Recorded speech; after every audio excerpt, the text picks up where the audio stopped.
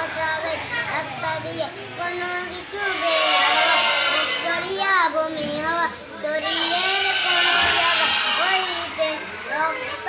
পুষ্ট পানি বের হইয়া গড়ে পড়া, দুজনের সঙ্গে রাখতে সমান ভাগ বেশি হওয়া, চিত্তা কাত হইয়া হেলান দিয়া গুঁজা হওয়া, পাগল মাতাল ও অচেতন হইলে নামাজে উচ্চ সুরে হাসিলে। অভিভাবকের কারণটা পায়খানা বা প্রস্রাবের রাস্তা দিয়ে কোনো কিছু বের হওয়া, করিয়া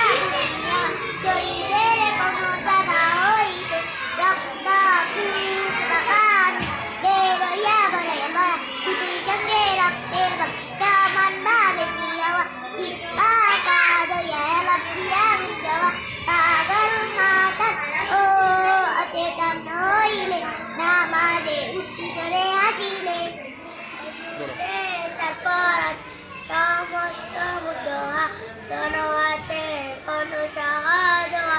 মাথা মাছে করা, দোনো পায়ে থাকবে সহদোয়া,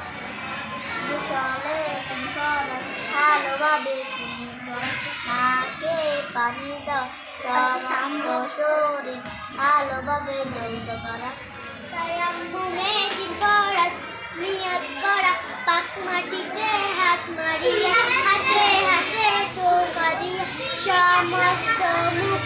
একবার মাসে করা, পাক মাটিতে হাত মারিয়া